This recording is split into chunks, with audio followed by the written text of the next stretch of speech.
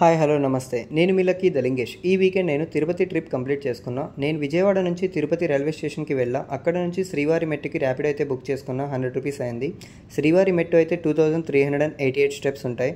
అదే అలిపిరి అయితే 3550 స్టెప్స్ ఉంటాయి. సో నేనైతే పైకి వెళ్ళాక ఫ్రీ బస్సెస్ ఉంటాయి. అక్కడ మాధవ నిలయంకి అయితే వెళ్ళా. ఇక్కడైతే లాకర్స్ ఇస్తారు. రూమ్స్ కావాలి అనుకునే వాళ్ళు సిఆర్ఓ ఆఫీస్కి అయితే వెళ్ళి ట్రై చేయొచ్చు. కానీ వీకెండ్ అవడంతో నాకైతే దొరకలేదు. సో లాకర్స్ తీసుకొని అడ్జస్ట్ అయ్యాం. ఆ తర్వాత అయితే నేను ఫ్రెష్ అప్ అయిపోయి టెంపుల్కి దర్శనానికి వెళ్ళా. ఫస్ట్ మనమైతే కోనేటిలో స్నానం చేసి వరాహస్వామి టెంపుల్ని అయితే దర్శనం చేసుకోవాలి. అప్పుడే మన కోరికలు నెరవేరుతాయని పురాణాల్లో ఉంది. దర్శనం కంప్లీట్ అవ్వడానికి నాకైతే 30 అవర్స్ పట్టింది. సో మనమైతే కంపార్ట్మెంట్ నుంచి బయటికి రావచ్చు. సో అదైతే ఆప్షన్ ఉంటుంది. సో చూసుకొని బయలుదేరండి అక్కడ. సో టెంపుల్కి రైట్ సైడ్ కార్నర్లో మాతృశ్రీ వెంగమాంబ అన్న ప్రసాదంకి అయితే వెళ్ళి తినండి, చాలా బాగుంటుంది. ఇక్కడ 3 టైమ్స్ ప్రసాదం పెడతారు. Morning breakfast and afternoon lunch and night dinner.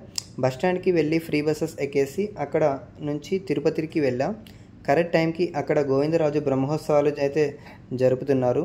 So దర్శనం చేసుకొని పక్కనే రైల్వే స్టేషన్ ఉంటుంది. 500 మీటర్స్లో వాకబుల్ డిస్టెన్స్. సో విజయవాడకి రిటర్న్ టికెట్ బుక్ చేసుకున్నాం.